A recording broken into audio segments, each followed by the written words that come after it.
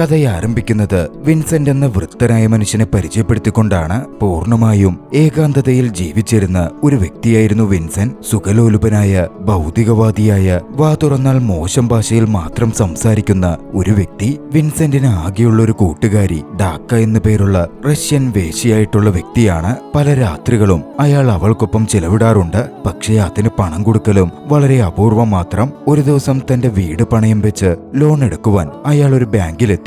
പക്ഷെ പഴക്കം ചെന്ന ആ വീട് കൊളാട്രലായി എടുക്കാൻ സാധിക്കില്ല എന്ന് പറഞ്ഞ് ബാങ്ക് അയാൾക്ക് വായ്പ നിഷേധിച്ചു. ദേഷ്യം വന്ന അയാൾ ബാങ്കിലെ ജീവനക്കാരിയോട് അങ്ങനെയാണെങ്കിൽ തന്റെ അക്കൗണ്ട് ക്ലോസ് ചെയ്തേക്ക് എന്ന് പറയുകയാണ്. പക്ഷേ അക്കൗണ്ടിൽ -$120 ആയിരുന്നു ബാലൻസ്. അത് ക്ലിയർ ചെയ്താലേ അക്കൗണ്ട് ക്ലോസ് ചെയ്യാൻ സാധിക്കൂ എന്നിട്ടെല്ലാർ പറഞ്ഞതോടെ നാണം കെട്ട് അയാൾക്ക് അവിടെ നിന്ന് പോരേണ്ടി വന്നു. അന്നേറെ അസ്വസ്ഥനായി. അതുകൊണ്ട് തന്നെ അയാൾ ബാറിൽ പോയി മദ്യപിച്ചിരുന്നു. മതോന്മത്തനായി വണ്ടി ഓടിച്ച് തിരിച്ചെത്തിയ അയാൾ നിയന്ത്രണം വിട്ട് തന്റെ വീടിന്റെ വേലിയടക്കം വണ്ടിയിടിച്ചെന്ന് പൊളിക്കുന്നുണ്ട്. ശേഷം വീടിനകത്തേക്കെത്തിയ അയാൾ കൂടുതൽ കുടിക്കാൻ ശ്രമിച്ചു. പക്ഷേ അവിടെ കാല് സ്ലിപ്പായി തലയിടിച്ച് അയാൾ താഴെ വീഴുകയാണ്. വീണപാടെ അയാളുടെ ബോധം മറഞ്ഞിരുന്നു. പിറ്റേന്ന് പുലർച്ചെ രക്തം പുരണ്ട മുഖവുമായി പുറത്തുനിന്നുള്ള വലിയ ശബ്ദം കേട്ടാണ് അയാൾ ഞെട്ടിയുണരുന്നത്. സംഭവം എന്തെന്നാൽ സാധനങ്ങൾ ഏന്തി വന്ന ഒരു ട്രക്ക് അയാളുടെ വീടിന് മുമ്പിലുള്ള ഒരു മരത്തിൽ മുട്ടുകയും അതിന്റെ വലിയൊരു കമ്പോടിന് അയാളുടെ കാറിന്റെ പുറത്തേക്ക് വീഴുകയും ചെയ്തിരുന്നു. ആ ട്രക്കിൽ മാഗി എന്ന സ്ത്രീ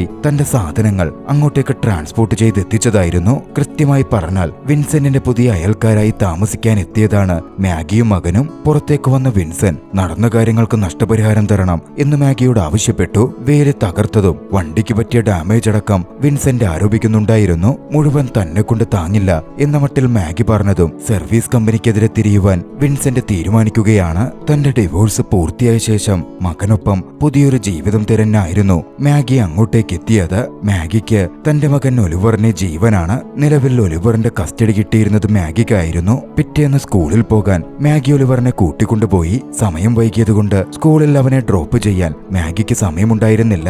പബ്ലിക് ബസ്സിൽ പോകുവാൻ അവനെ അവൾ ബസ് സ്റ്റോപ്പിലാക്കി. ബസ്സിൽ യാത്ര ചെയ്ത് സ്കൂളിലെത്തിയ ഒലിവർ തന്റെ ക്ലാസ്സിലേക്ക് എത്തിച്ചേരുകയാണ്. ഹോം റൂം ടീച്ചർ ജെറാട്ടിയെ ഒലിവർ പരിചയപ്പെട്ടു.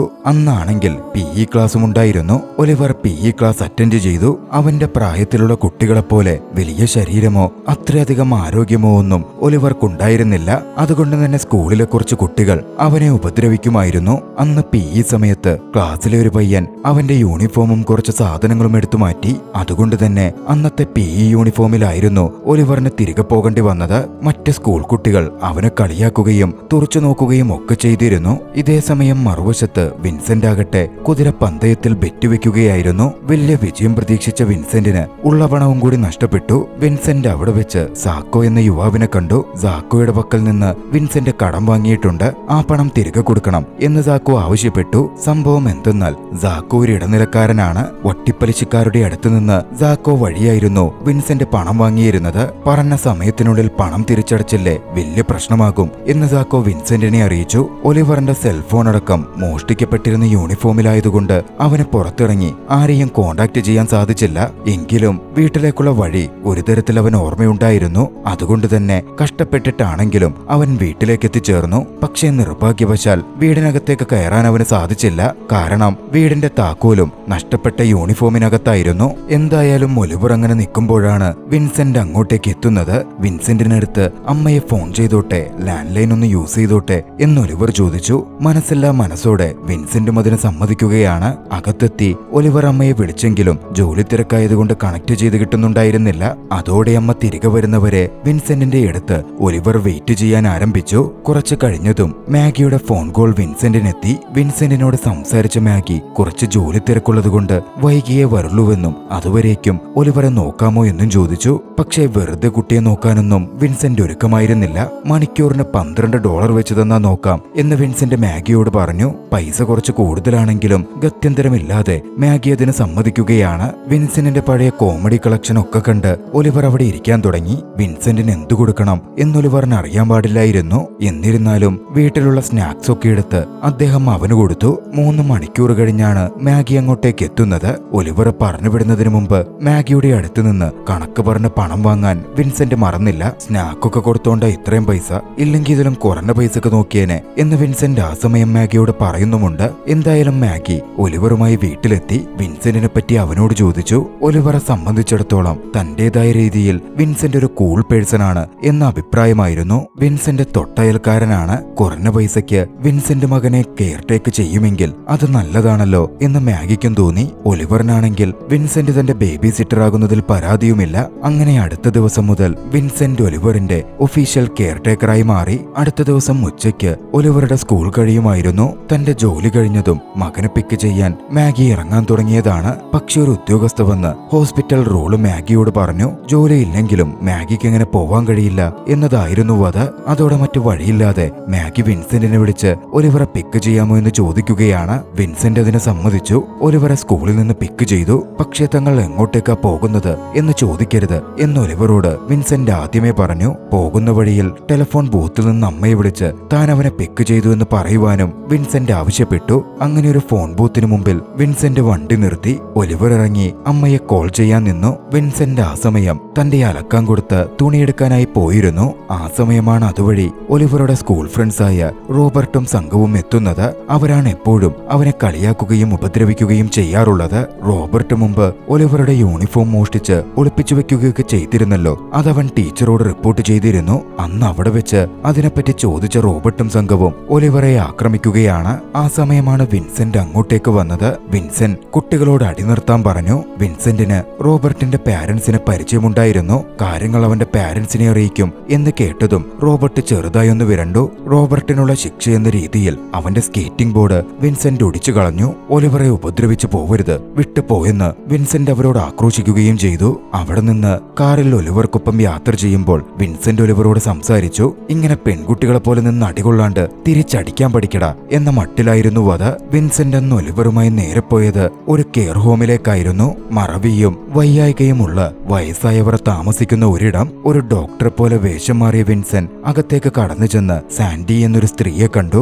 മറവി രോഗം ബാധിച്ച വിൻസെന്റിന്റെ ഭാര്യയായിരുന്നു അവർ. വളരെ സ്നേഹത്തോടെയും കെയർ ചെയ്തുകൊണ്ടുമായിരുന്നു വിൻസെന്റ് സാൻഡിയോട് ഇടപഴകിയത്. കുറച്ചു കഴിഞ്ഞ് അവിടുത്തെ നഴ്സായ ആന കടന്നു വന്നു. സാൻഡിയുടെ വസ്ത്രമൊക്കെ താൻ കഴുകിക്കോളാം എന്നാന പറഞ്ഞെങ്കിലും അത് പറ്റില്ലെന്ന് പറഞ്ഞ വിൻസെന്റ് തന്റെ ഭാര്യയുടെ വസ്ത്രം തനിക്ക് തന്നെ കഴുകണം എന്ന് പറഞ്ഞ ആനയിൽ നിന്ന് വാങ്ങുകയായിരുന്നു. കഴിഞ്ഞ 8 കൊല്ലങ്ങളായി വിൻസെന്റ് അത് കൃത്യമായി ചെയ്യുന്നുണ്ട്. ഓർമ്മക്കുറവ് ബാധിച്ച തന്റെ ഭാര്യയെ പൊന്നുപോലെയാണ് അയാൾ പരിചരിക്കുന്നത്. ശേഷം വിൻസെന്റും ഒലിവറും അന്ന് വീട്ടിലേക്ക് മടങ്ങിയെത്തി. അവിടെ വെച്ച് വിൻസെന്റ് ഒലിവറെ സെൽഫ് ഡിഫൻസ് പഠിപ്പിക്കാൻ ആരംഭിച്ചു.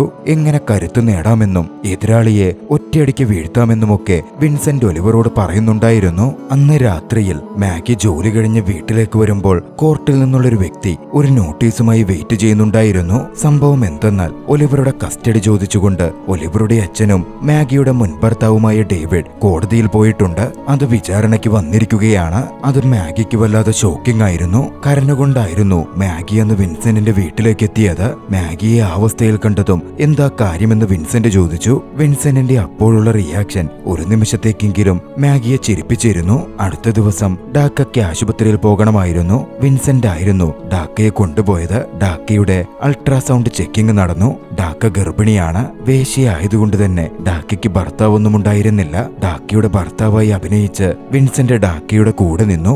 ഭർത്താവുള്ള സ്ത്രീകളുടെ ചെക്കപ്പിന് പണം കുറവാണ്. അതുകൊണ്ട് തന്നെ പേയ്മെന്റ് കുറച്ചു കിട്ടി. ഡാക്കയ്ക്ക് വിൻസെന്റ് അതിനോടകം കുറച്ചു പണമൊക്കെ കൊടുക്കാനുണ്ടല്ലോ. അതുകൊണ്ട് തന്നെ വിൻസെന്റ് ആയിരുന്നു അവിടുത്തെ ഫീ അടച്ചതും. അന്ന് സ്കൂളിൽ PE ക്ലാസ്സിൽ റോബർട്ടിനെതിരെ ഒലിവറിനൊരു ഹാൻഡ്ബോൾ മാച്ച് ഉണ്ടായിരുന്നു. അന്നും മനഃപൂർവ്വം റോബർട്ടിന്റെ ടീം ഒലിവറെ ഉപദ്രവിച്ചു. ബോൾ മനഃപൂർവ്വം ഒലിവറുടെ നേർക്കെറിഞ്ഞ് അവന്റെ മൂക്കിന്റെ പാലം വരെ തകർത്തു. ദേഷ്യം വന്ന് ഒലിവർ എഴുന്നേറ്റ് വന്ന് വിൻസെന്റ് പഠിപ്പിച്ചു കൊടുത്ത് ഒരു പഞ്ച് റോബർട്ടിന് മേൽ അവൻ പ്രയോഗിച്ചു. ആ ഒറ്റയിടയിൽ റോബർട്ട് ബോധം കെട്ടു വീണു. അന്ന് വളരെ ആവേശത്തിലായിരുന്നു ഒലിവർ വീട്ടിലേക്ക് മടങ്ങി വന്നത്. വിൻസെന്റിന്റെ വീട്ടിലേക്ക് എത്തിയവൻ താനെങ്ങനെ റോബർട്ടിനെ ഇടിച്ചു വീഴ്ത്തി എന്ന് വിശദീകരിച്ചു. ആ സമയം അവിടെ ഡാക്കയും ഉണ്ടായിരുന്നു. ഒരു ചെറിയ പയ്യനെയ വിൻസെന്റ് ഇങ്ങനെ തല്ലാൻ പഠിപ്പിച്ചത് എന്നത് ഡാക്കയെ ഞെട്ടിക്കുന്നതായിരുന്നു. ഡാക്ക അതിനെപ്പറ്റി വിൻസെന്റിനെ ചോദ്യം ചെയ്തു. ശേഷം അവിടെ നിന്ന് പോയി.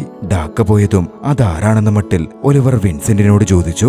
ഡാക്ക ഒരു വേശ്യയാണ് എന്ന് പറയുന്നതിനു പകരം കുട്ടിയായതുകൊണ്ട് അവൾ രാത്രികളുടെ പെണ്ണാണ് എന്നായിരുന്നു മറുപടി പറഞ്ഞത്. ഒലിവറിന് കൃത്യമായി അതിന്റെ അർത്ഥം മനസ്സിലാവുമായിരുന്നില്ല. അടുത്തൊരു ദിവസം ഒലിവർ ഫ്രീ ആയുള്ളപ്പോൾ വിൻസെന്റ് ഒലിവറെ കുതിരപ്പന്തയം നടക്കുന്നിടത്തേക്ക് കൊണ്ടുപോയി. അവിടെ നിന്നും ഒറ്റപ്പെട്ട സംഖ്യകളൊക്കെ കൂട്ടി എങ്ങനെ വിജയസാധ്യത കണ്ടെടുക്കാം എന്നതിനെ പറ്റിയൊക്കെ വിൻസെന്റ് ഒലിവറെ പഠിപ്പിക്കാൻ ശ്രമിച്ചു. ഒലിവർ ഒലിവറും വന്ന് വിൻസെന്റ് പഠിപ്പിച്ചു കൊടുത്ത കാര്യങ്ങൾ വെച്ച് തന്റെ പോക്കറ്റ് മണി ഉപയോഗിച്ച് ഒരു കുതിരയ്ക്ക് മേൽ ബെറ്റ് കെട്ടുകയാണ്. വിൻസെന്റും അതേ കുതിരയിൽ പന്തയം വെച്ചിരുന്നു. അന്ന് മത്സരം അവസാനിച്ചപ്പോൾ ആ കുതിരയായിരുന്നു വിജയിച്ചത്. അന്നത്തെ മത്സരത്തിൽ അവർക്ക് പണം കിട്ടിയെങ്കിലും വട്ടിപ്പലിശക്കാരന്റെ മധ്യസ്ഥരായ സാക്കോ അവിടെ ഉള്ളതുകൊണ്ട് വിജയിക്കാത്ത പോലെ സന്തോഷമില്ലാത്ത പോലെ അഭിനയിക്കാൻ വിൻസെന്റ് ഒലിവറോട് പറഞ്ഞു. സക്കോയെ അവോയ്ഡ് ചെയ്തു പോകുവാൻ വിൻസെന്റും ഒലിവറും വേഗം പണം കളക്ട് ചെയ്ത് അവിടെ നിന്ന് പോന്നു. ആ പണത്തിൽ കുറച്ചെടുത്ത് ബാങ്കിലെത്തിയ വിൻസെന്റ് അവിടെ ഉണ്ടായിരുന്ന തന്റെ കടം ക്ലോസ് ചെയ്തു. ശേഷം ഒലിവറിന്റെയും തന്റെയും പേരിൽ ഒലിവർ വിജയിച്ചു കിട്ടിയ പണവും നിക്ഷേപിച്ചു.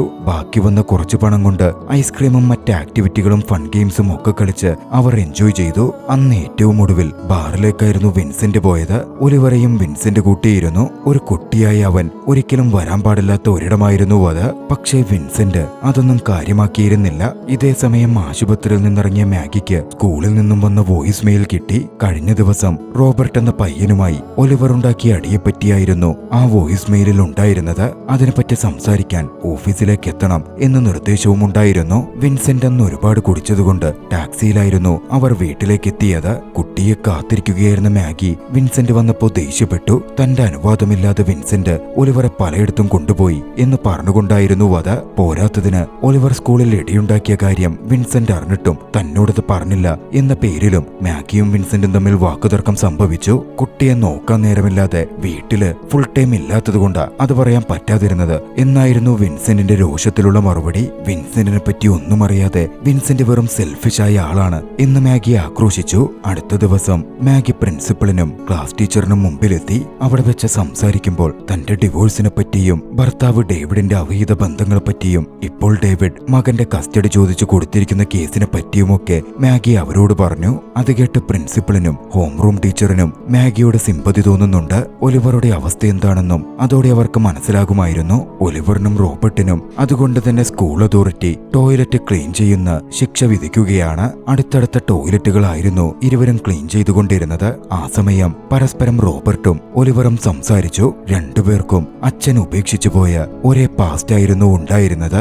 മനസ്സ് തുറന്നുള്ള അന്നത്തെ അവിടെ വെച്ചുള്ള സംസാരം ഇരുവരെയും അടുപ്പിക്കുകയാണ്. അവരിരുവരും അന്നു മുതൽ സുഹൃത്തുക്കളായി മാറി. അടുത്തൊരു ദിവസം വിൻസെന്റിനോട് കെയർ ഹോമിലേക്ക് എത്തുവാൻ അവിടുത്തെ ഓഫീസർ ആവശ്യപ്പെട്ടിരുന്നു. വിൻസെന്റ് ഷേർലിയെ കാണാനെത്തി. ഷേർലി ഉള്ള കാര്യം വിൻസെന്റിനോട് തുറന്നു പറഞ്ഞു. കുറച്ചു മാസങ്ങളായി കെയർ ഹോമിന്റെ ഫീ വിൻസെന്റ് അടിച്ചിട്ടില്ല. അങ്ങനാണെങ്കിൽ സാൻഡിയെ അവിടെ നിന്നും അഫോർഡബിൾ ആയിട്ടുള്ള സാധാരണ ഒരു ഹോമിലേക്ക് മാറ്റേണ്ടി വരും എന്നതായിരുന്നു അത്. ഈ മാസത്തെ പേയ്മെന്റും കഴിഞ്ഞ മുടങ്ങിപ്പോയ 3 മാസത്തെ പേയ്മെന്റും ഒന്നിച്ചടയ്ക്കുവാൻ ഷേർലി വിൻസെന്റിനോട് ആവശ്യപ്പെടുകയാണ്. വിൻസെന്റിന്റെ പക്കലാണെങ്കിൽ അപ്പോൾ അത്രയും പണം ഉണ്ടായിരുന്നുമില്ല. അന്ന് അവിടെ നിന്ന് എഴുന്നേറ്റ് ആനയുടെ അടുത്തേക്കെത്തിയ വിൻസെന്റ് സാൻഡിയുടെ വസ്ത്രങ്ങൾ കഴുകിക്കൊണ്ടുവരാമോ എന്ന് ചോദിച്ച് ആനയുടെ അടുത്തു കൊടുത്തു. ആന അവിടെ നിന്ന് മാറിയതും ഓർമ്മക്കുറവുള്ളവർക്ക് കൊടുക്കുന്ന മയക്കുമരുന്നിന് തുല്യമായ മരുന്ന് അവിടുത്തെ ലോക്കറിൽ നിന്ന് വിൻസെന്റ് മോഷ്ടിച്ചെടുത്തു. ശേഷം ഡാക്കയുടെ സഹായത്തോടെ വിൻസെന്റ് അത് വിറ്റ് പണം നേടുകയാണ്. പക്ഷേ നിർഭാഗ്യവശാൽ $100 മാത്രമേ വിൻസെന്റിന് കിട്ടിയിരുന്നുള്ളൂ. കെയർ ഹോമിൽ അടയ്ക്കണമെങ്കിൽ കൂടുതൽ പണം വേണം. വിൻസെന്റ് അതോടെ ബാങ്കിലെത്തി. ഒലിവറുടെയും തന്റെയും പേരിൽ സൂക്ഷിച്ചിരുന്ന പണം മുഴുവൻ വിഡ്രോ ചെയ്തു. അപ്പോഴും അത് തികയുമായിരുന്നില്ല. അതോടെ പ്രതീക്ഷയർപ്പിച്ച് കുതിരപ്പന്തയത്തിൽ ബെറ്റ് കെട്ടാൻ വിൻസെന്റ് അങ്ങോട്ടേക്ക് പോയി. പക്ഷേ നിർഭാഗ്യവശാൽ വിൻസെന്റ് അന്ന് പരാജയപ്പെടുകയാണ്. ഉള്ള പണവും കൂടി നഷ്ടപ്പെട്ടു. ആകെ തകർന്നിട്ടായിരുന്നു വിൻസെന്റ് അവിടെ നിന്ന് വീട്ടിലേക്കെത്തുന്നത്. വീട്ടിലെത്തിയപ്പോൾ സക്കോയും വട്ടിപ്പലിശക്കാരും അവിടെ അയാളെ കാത്തിരിക്കുന്നുണ്ടായിരുന്നു. വിൻസെന്റിനോട് അയാൾ പണം ആവശ്യപ്പെട്ടു. വിൻസെന്റ് തന്റെ കയ്യിൽ ഇല്ലെന്ന് പറഞ്ഞതും വീട്ടിലെ വിലപിടിപ്പുള്ളത് എടുത്തുകൊണ്ടുപോകാൻ സക്കോ പ്ലാൻ ചെയ്യുകയാണ്. ഭാര്യയുടെ ഓർമ്മയായി അവിടെ ഉണ്ടായിരുന്ന വസ്തുക്കൾ എടുത്തുകൊണ്ടുപോകാൻ സക്കോ ശ്രമിച്ചതും വിൻസെന്റ് അത് തടയാൻ ശ്രമിച്ചു. പക്ഷേ വിൻസെന്റ് സക്കോയെ ഇടിക്കാൻ മുതിരുന്നതിന് മുമ്പേ തന്നെ പെട്ടെന്ന് മയങ്ങി അയാൾ താഴെ വീണിരുന്നു. സക്കോ ഒന്ന് പാനിക്കായി. അവിടെ നിന്നാൽ അപകടമാണെന്ന് തോന്നിയതുകൊണ്ട് സക്കോ തന്റെ ആളുകളെയും കൂട്ടി ഉടൻ അവിടെ നിന്ന് പോന്നു. അന്ന് ഉച്ചതിരിന് വിൻസെന്റ് ആയിരുന്നു ഒലിവറെ സ്കൂളിൽ നിന്ന് കൂട്ടേണ്ടത്. പക്ഷേ സമയം കുറെ വൈകിയിട്ടും വിൻസെന്റ് എത്തിയില്ല. അതോടെ പബ്ലിക് ട്രാൻസ്പോർട്ട് പിടിച്ച് ഒലിവർ വീടിനടുത്തേക്ക് എത്തിച്ചേരുകയാണ്. വിൻസെന്റിന്റെ വീട്ടിലേക്ക് കയറി ചെന്ന് ഒലിവർ കണ്ടത് താഴെ വീണുകിടക്കുന്ന വിൻസെന്റിനെയായിരുന്നു. ഉടനടി വിൻസെന്റ് 911 വിളിച്ചു. പിന്നാലെ വിൻസെന്റ് ആശുപത്രിയിലേക്ക് മാറ്റപ്പെടുകയാണ്. ചികിത്സയിൽ വിൻസെന്റിന് സ്ട്രോക്ക് വന്നതാണ് എന്ന് തെളിഞ്ഞിരുന്നു. പക്ഷാഘാതം വന്ന വിൻസെന്റിന് പഴയ ആരോഗ്യാവസ്ഥയിലേക്ക് എത്താൻ തെറാപ്പിയിലൂടെ കടന്നു പോകണമായിരുന്നു. അങ്ങനെയിരിക്കെ ഒരു ദിവസം ഹോം റൂം ടീച്ചർ ക്ലാസ് എടുത്തത് വിശുദ്ധന്മാരെ പറ്റിയായിരുന്നു. കുട്ടികളോട് അവരുടെ വിശുദ്ധന്മാരെ തിരഞ്ഞെടുക്കാനും അവരെ പറ്റി പ്രസന്റേഷൻ അവതരിപ്പിക്കാനും അന്ന് ഹോം റൂം ടീച്ചർ ആവശ്യപ്പെട്ടിരുന്നു. ഒരു വിശുദ്ധനാവാനുള്ള യോഗ്യത ഉണ്ടെന്ന് തോന്നുന്ന ഒരാളെ നിങ്ങൾ തിരഞ്ഞെടുക്കണം എന്നായിരുന്നു അധ്യാപകൻ പറഞ്ഞത്. ഒലിവർ അന്ന് തിരികെ വീട്ടിലേക്ക് എത്തിയപ്പോൾ വീടിന്റെ ഭാഗത്ത് നിൽക്കുന്ന ഡാക്കയെ കണ്ടു. വിൻസെന്റിനെ കാണാതെത്തിയതായിരുന്നു ഡാക്ക. വിൻസെന്റിന് സ്ട്രോക്ക് വന്ന കാര്യവും ആശുപത്രിയിലാണെന്നും ഒലിവർ ഡാക്കയോട് പറഞ്ഞു. അങ്ങനെ ഡാക്കയെയും കൂട്ടിക്കൊണ്ട് ഒലിവർ ആശുപത്രിയിലേക്ക് പോയി. ഈ സമയം വിൻസെന്റ് ആകട്ടെ വെർബൽ തെറാപ്പി സെഷൻ അറ്റൻഡ് ചെയ്യുകയായിരുന്നു. പക്ഷാഘാതം വന്ന് സാധാരണ പോലെ സംസാരിക്കാൻ പറ്റാതായ വിൻസെന്റ് തെറാപ്പിക്കിടയിൽ വല്ലാതെ ക്ഷുഭിതനാകുന്നുണ്ടായിരുന്നു. അതുകണ്ട് ഒലിവറിനും ഡാക്കയ്ക്കും വിഷമം തോന്നി. മാഗി അവരിരുവരെയും പുറത്തേക്ക് പറഞ്ഞയച്ചു. ജീവിതം തന്നെ വിൻസെന്റിനും അടുത്തിരുന്നു. ഒന്നിലും വിൻസെന്റ് ഒരു താല്പര്യവും കാണിച്ചില്ല. പക്ഷേ സ്വന്തം കുടുംബത്തെ പോലെ ഒലിവറും മാഗിയും വിൻസെന്റിനെ ട്രീറ്റ് ചെയ്തു. തെറാപ്പി സെഷൻസിൽ അദ്ദേഹത്തെ സഹായിച്ചു. ഡാക്കയും ഒലിവറും ചേർന്ന് എപ്പോഴും വിൻസെന്റിന്റെ വീട് ക്ലീനായി പരിപാലിച്ചുകൊണ്ടിരുന്നു. വിൻസെന്റ് ഡിസ്ചാർജായി വീട്ടിലെത്തുമ്പോൾ അയാൾക്ക് സന്തോഷം തോന്നാൻ വേണ്ടിയായിരുന്നു അത്. പതിയെ പതിയെ വിൻസെന്റിന്റെ കണ്ടീഷൻ ബെറ്ററായി വന്നു. വിൻസെന്റിനൊപ്പം സമയം ചിലവഴിക്കാനെത്തുന്ന ഒലിവർ വിൻസെന്റിനെ സന്തോഷിപ്പിക്കുകയും ഒപ്പം കളിക്കുകയും മറ്റും ചെയ്തു. അങ്ങനെ കുറച്ചു നാളത്തെ ചികിത്സ കൊണ്ട് ഭേദപ്പെട്ട വിൻസെന്റ് വീട്ടിലേക്ക് മടങ്ങിയെത്തുകയാണ്. തന്റെ വീട് അത്രമേൽ നീറ്റ് ആൻഡ് ക്ലീൻ ആയിട്ടുള്ളത് കണ്ട് വിൻസെന്റിന് അതിശയം തോന്നിയിരുന്നു. ഒരു സുഹൃത്തെന്ന നിലയിൽ വീട്ടിലെ കാര്യങ്ങൾ വിൻസെന്റിനെ സഹായിക്കാൻ ഡാക്ക കൂടെ നിന്നു. പക്ഷേ വെറുതെയായിരുന്നില്ല. ഒലിവറെ നോക്കാൻ $12 വിൻസെന്റ് ചാർജ് ചെയ്തല്ലോ, അതേ തുക തന്നെ ഡാക്ക വിൻസെന്റിൽ നിന്ന് ഈടാക്കിയിരുന്നു. ഇതേ സമയം മറുവശത്ത് ഒലിവറുടെ കസ്റ്റഡിയെ സംബന്ധിച്ചുള്ള കേസ് കോടതിയിൽ വിചാരണ നടത്താൻ ആരംഭിക്കുകയായിരുന്നു. നിർഭാഗ്യവശാൽ ഡേവിഡ് വിദഗ്ധനായ ഒരു വക്കീലിനെയായിരുന്നു നിയമിച്ചിരുന്നത്. വിൻസെന്റ് ആയിരുന്നു ഒലിവറുടെ കെയർടേക്കർ എന്നും വിൻസെന്റ് ഒലിവറെ കുതിരപ്പന്തയം നടക്കുന്നിടത്തും ബാറിലും കുട്ടിക്ക് പോവാൻ പറ്റാത്ത ഇടങ്ങളിലുമൊക്കെ കൊണ്ടുപോയ കാര്യങ്ങളും അതിന്റെ തെളിവുകളും വക്കീൽ കണ്ടെത്തിയിരുന്നു. അതൊക്കെ അയാൾ കോടതിക്ക് മുമ്പിൽ സമർപ്പിച്ചു.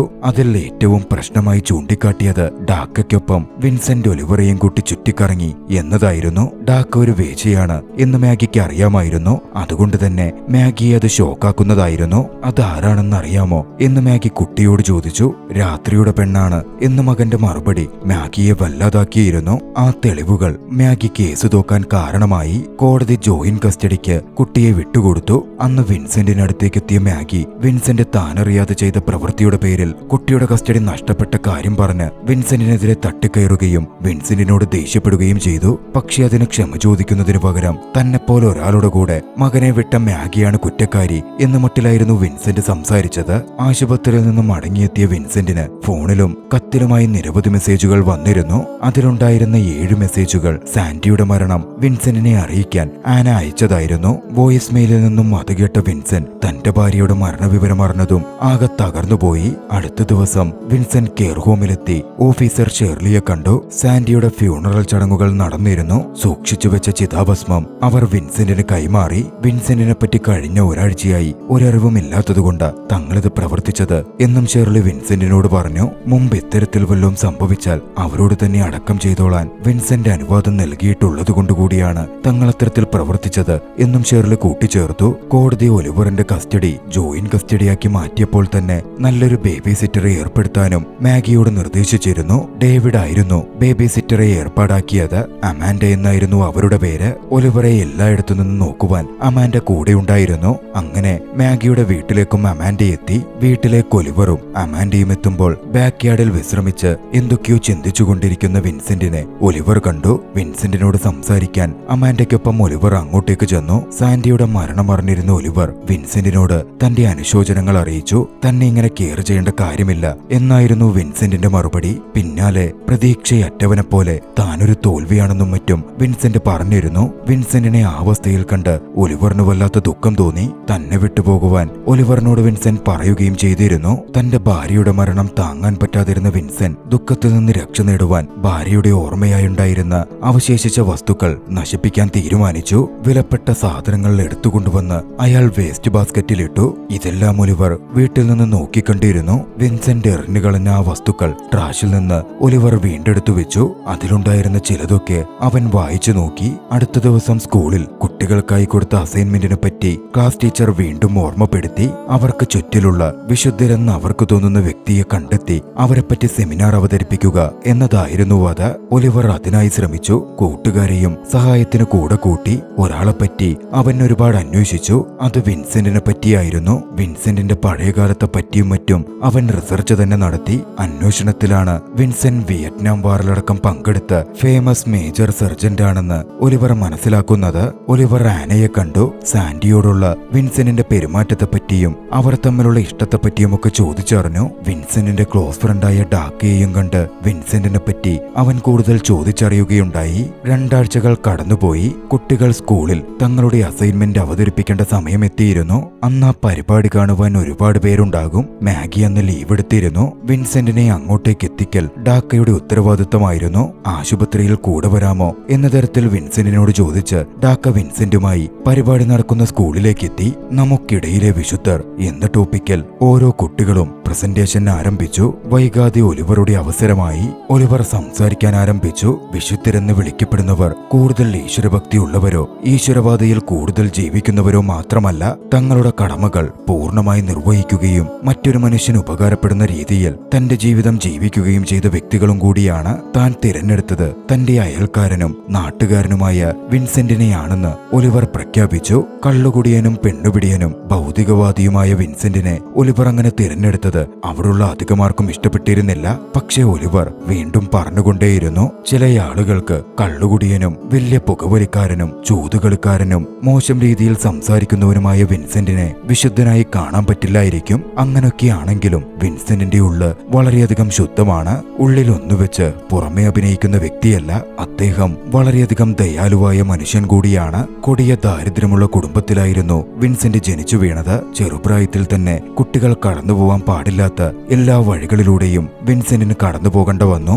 1965 വിൻസെന്റ് ആർമിയിൽ ജോയിൻ ചെയ്ത് വിയറ്റ്നാം വാറിൽ പങ്കെടുത്തു. 2000 ശത്രുക്കൾ തന്റെ 2 സുഹൃത്തുക്കളെ ചുറ്റിവളഞ്ഞപ്പോൾ ധൈര്യത്തോടെ അവരെ എതിരിട്ട് അവരുടെ ജീവൻ രക്ഷിച്ച വിൻസെന്റ് അന്ന് ബ്രോൺസ് സ്റ്റാർ മെഡൽ ഏറ്റുവാങ്ങിയിരുന്നു. തന്റെ അമ്മ ജോലി തിരക്കിലായപ്പോൾ വിൻസെന്റ് തന്നെ നോക്കിയ കാര്യമൊക്കെ ഒലിവർ അപ്പോൾ വിശദീകരിച്ചു. തെറ്റെന്ന് തോന്നുമെങ്കിലും താൻ എന്ന പയ്യനെ ചൂതുകളി സ്ഥലത്ത് കൊണ്ടുപോയി വിൻസെന്റ് പഠിപ്പിച്ചത് കണക്കുകൂട്ടാനാണെന്നും നഗരത്തിലെ പല ആളുകളുമായി ഇടപഴകി സോഷ്യൽ ബോധമുണ്ടാക്കിക്കാനാണ് വിൻസെന്റ് ശ്രമിച്ചത് എന്നും ഒലിവർ വിശദീകരിച്ചു. പിന്നാലെ മറവി രോഗം ബാധിച്ചിരുന്ന തന്റെ ഭാര്യയെ വിൻസെന്റ് എത്രമേൽ കെയറെടുത്താണ് നോക്കിയിരുന്നതെന്നും ഭാര്യയുടെ വസ്ത്രങ്ങൾ പോലും വിൻസെന്റ് മാത്രമായിരുന്നു കഴുകിയിരുന്നത് എന്നതടക്കം ഒലിവർ വിശദീകരിച്ച് പറഞ്ഞുകൊണ്ടേയിരുന്നു. ഒരിക്കൽ പോലും കുറഞ്ഞ ഒരു ഹോമിൽ തന്റെ ഭാര്യയെ അദ്ദേഹം ഉപേക്ഷിച്ചില്ലെന്നും വിശുദ്ധർക്ക് മാത്രമേ അത്തരത്തിലൊക്കെ ചെയ്യാൻ സാധിക്കൂ എന്നും ഒലിവർ കൂട്ടിച്ചേർക്കുന്നുണ്ടായിരുന്നു. വിൻസെന്റാണ് എന്നെ ഫൈറ്റ് ചെയ്യാൻ പഠിപ്പിച്ചത്. സ്വയം പ്രതിരോധിക്കാൻ വേണ്ടിയായിരുന്നു അത്. കുതിരപ്പന്തയം നടക്കുന്നിടത്ത് കൊണ്ടുപോയ വിൻസെന്റ് തന്നെ പഠിപ്പിച്ചത് കടക്കിണിയെപ്പറ്റിയും അത്തരം പന്തയങ്ങൾ ശരിയല്ലെന്നുമായിരുന്നു എന്നും ഒലിവർ വിശദീകരിച്ചു. കാണികൾക്കിടയിലേക്ക് എത്തിയിരുന്ന വിൻസെന്റും അതിശയത്തോടെ അതൊക്കെ കേൾക്കുന്നുണ്ടായിരുന്നു. ഏവരും ഒലിവറുടെ ആ പ്രസന്റേഷന് കൈയടിച്ച് പ്രോത്സാഹിപ്പിച്ചു. ഒലിവർ വിൻസെന്റിനെ വേദിയിലേക്ക് വിളിച്ചു. തന്റെ കയ്യിൽ ഉണ്ടായിരുന്ന വിശുദ്ധർക്ക് കുത്താനുണ്ടായിരുന്ന മെഡൽ അവൻ വിൻസെന്റിനെ അണിയിച്ചു. ഏവരും ആ സമയം കരഘോഷം മുഴക്കിയിരുന്നു. വൈകാതെ ഡാക്ക ഒരു കുട്ടിക്ക് ജന്മം നൽകി. പിന്നീട് വിൻസെന്റിന്റെ വീട്ടിൽ അവരൊക്കെ ഉണ്ടായിരുന്നു. ഏറെ സ്നേഹത്തിൽ ഡാക്കയും വിൻസെന്റും ഒലിവറും മാഗിയും റോബർട്ടും അടക്കം സന്തോഷത്തോടെ ജീവിച്ചുകൊണ്ടേയിരുന്നു. ആ ദൃശ്യത്തോടെ ചലച്ചിത്രം അവസാനിക്കുന്നു. രസകരമായ ചലച്ചിത്രം നിങ്ങൾക്കിഷ്ടമായെങ്കിൽ വീഡിയോ ലൈക്ക് ചെയ്യുക. അഭിപ്രായങ്ങളും നിർദ്ദേശങ്ങളും കമന്റുകളിൽ രേഖപ്പെടുത്തുക. കഴിയുമെങ്കിൽ ചാനൽ സബ്സ്ക്രൈബ് ചെയ്തും കൂട്ടുകാർക്ക് ഷെയർ ചെയ്തു കൊടുത്തും ഞങ്ങളെ സപ്പോർട്ട് ചെയ്യുക. അടുത്ത എപ്പിസോഡിൽ മറ്റൊരു മികച്ച ചലച്ചിത്രവുമായി നമുക്ക് കണ്ടുമുട്ടാം. അതുവരെ ബൈ.